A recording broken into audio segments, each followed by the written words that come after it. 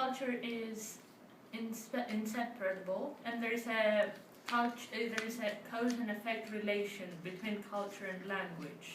It's an indispensable part.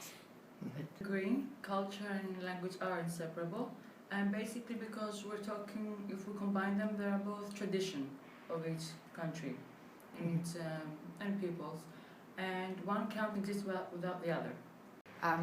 One of my favorite quotes, let's say if I can call it a quote, was from last year's convention of TESOL Greece, when David Crystal said that in order to learn a language, you need to access the culture, because every language is changing so much, and even the same language, like the English language, is changing according to the area that it is being spoken to.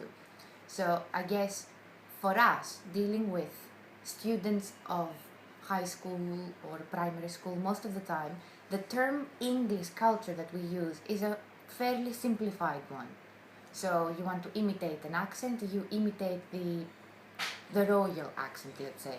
So you do it in a very simplistic way so that children can actually come into contact with very basic elements, not the in-depth analysis of the culture, but the very basic elements that will sound different to them and that they might be interested in knowing.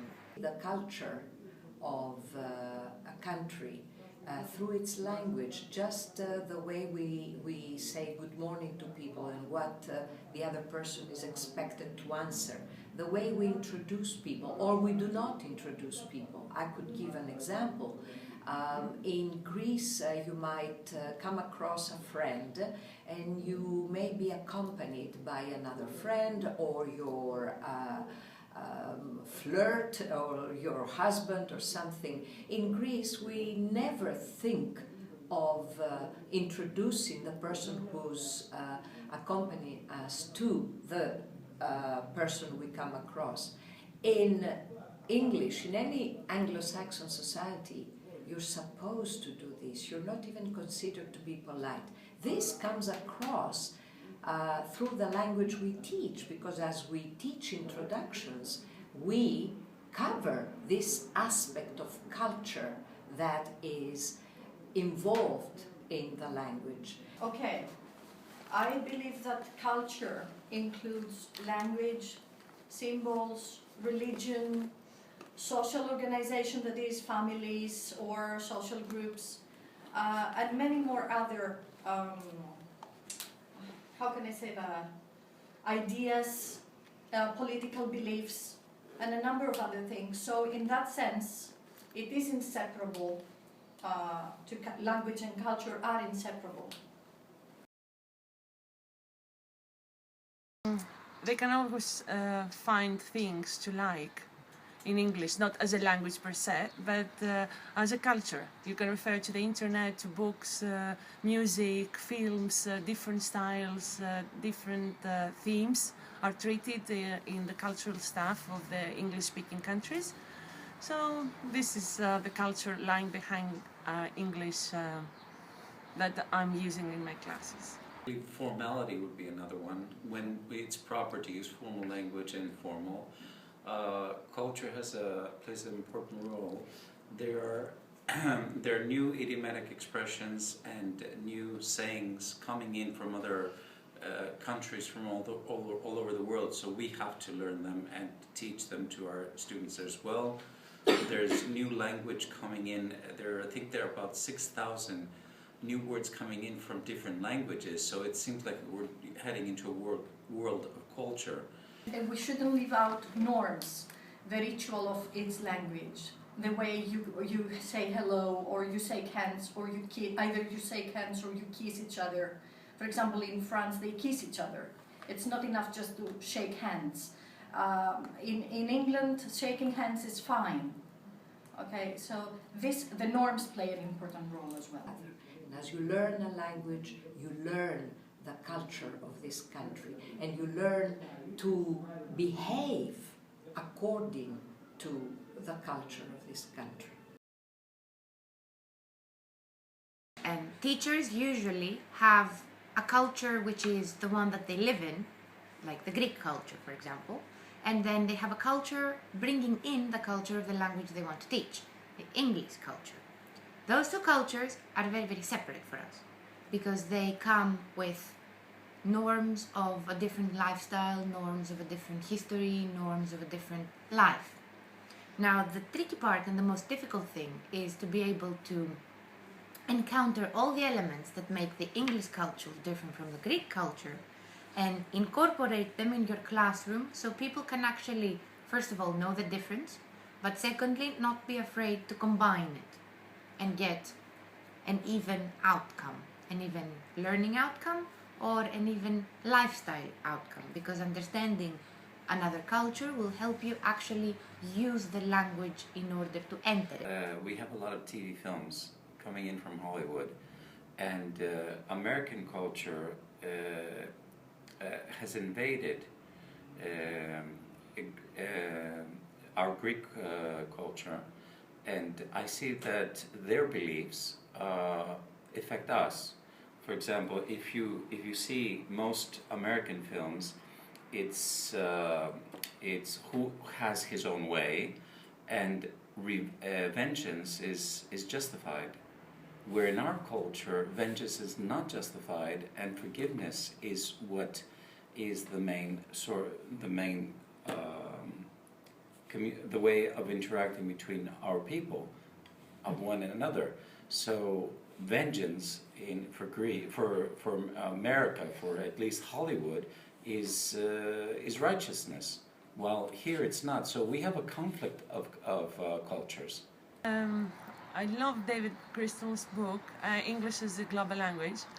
So this is how I start my lessons with my students. I always refer to this book, and I mention that now English is a global language, so everybody speaks English.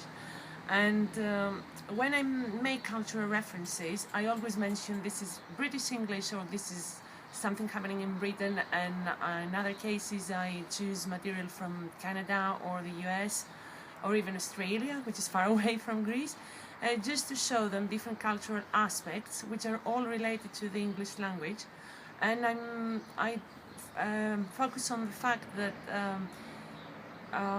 English started from Britain, but then the colonizers brought it all over the world, and then it became other people's language as well, and they developed it according to their own experiences and history. So I make different references to the different kinds of English now.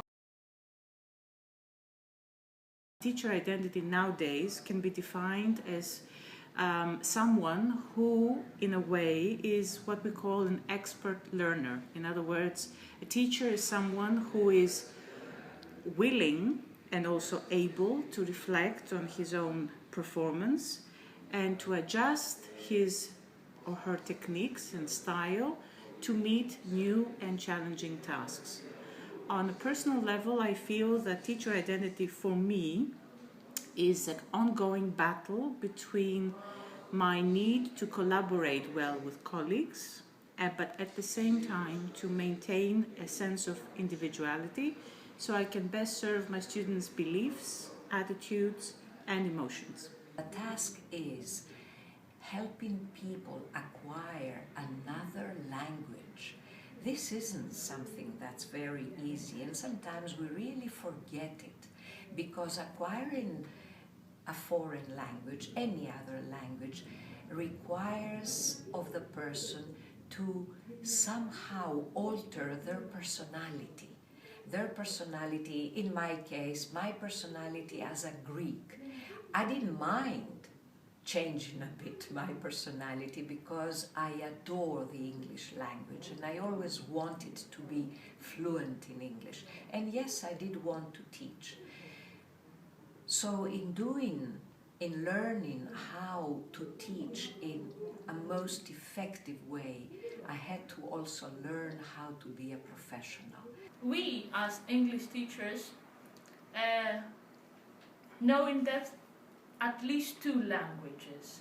So, we have some advantages that we should, let's say, pretend that we are owners of another culture as to pass it to our students, and that's really difficult because we're not native speakers, most of us.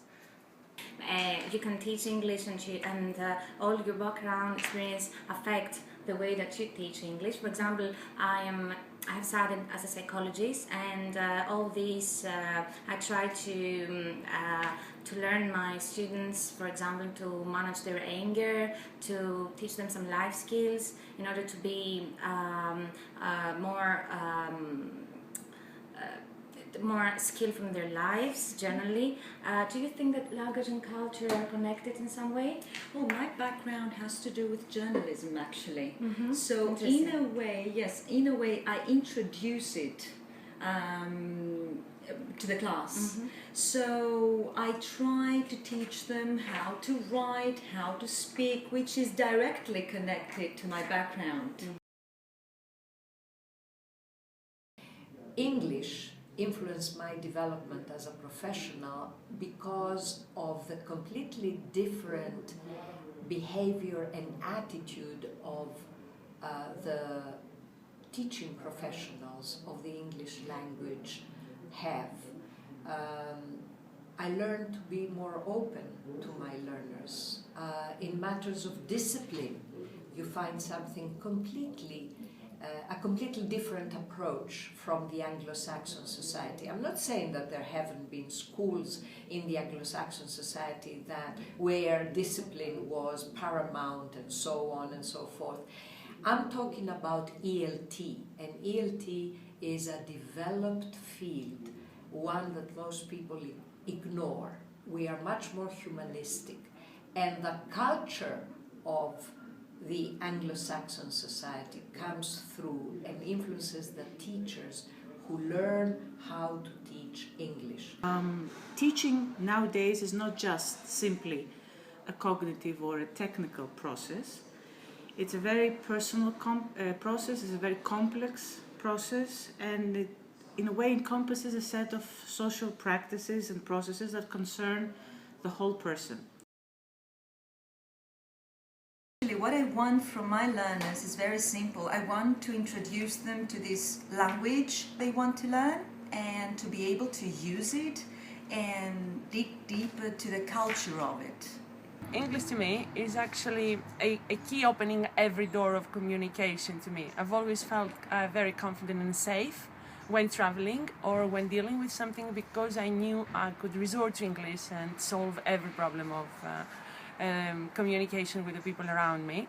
And this is what I'm telling my students, and I do hope they manage to feel the same way with English while learning it and mainly while using it, because we live in the globalization era. So I think that young people of nowadays need English much more than we do, and they can do everything with it. They can use it in their studies, in their jobs, when they get informed about something, when they travel, when they make friends, in their personal communication, even in their personal affairs. So I think we all need English, but we have to love English to find the magic behind it. And I would also like to show them that learning foreign languages in general is good, not just two. If they want to learn more languages, that would broaden their horizons even more.